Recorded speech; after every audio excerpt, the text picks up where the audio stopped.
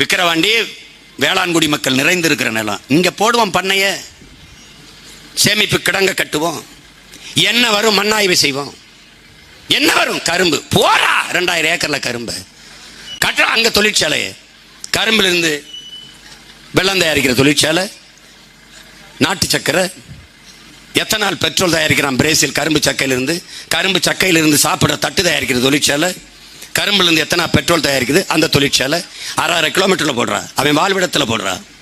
இந்த பெரிய கட்டடம் கட்டியா, சீட்ல கட்டிட முடியாது, இந்த இண்டஸ்ட்ரியை கட்டி வேலை செய்ய முடியாதா?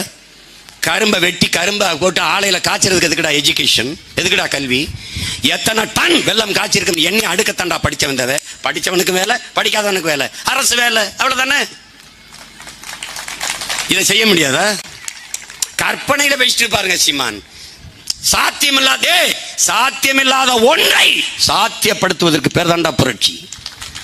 நாங்கள் சாதாரணமானவர்கள், ஆனால் அசாதாரணமான ஒன்றை கனவு காண்பவர்கள் என்கிறான் சேகுவேரா.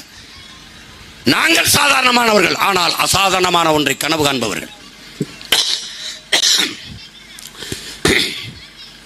இந்த உலகத்தில் யாராலும் சுமக்க முடியாத ஒன்றை, ஒரு பெரும் கனவை சுமந்து நின்றா, யாராலும் சுமக்க முடியாத பெருங்கனவை சுமந்து நின்றா.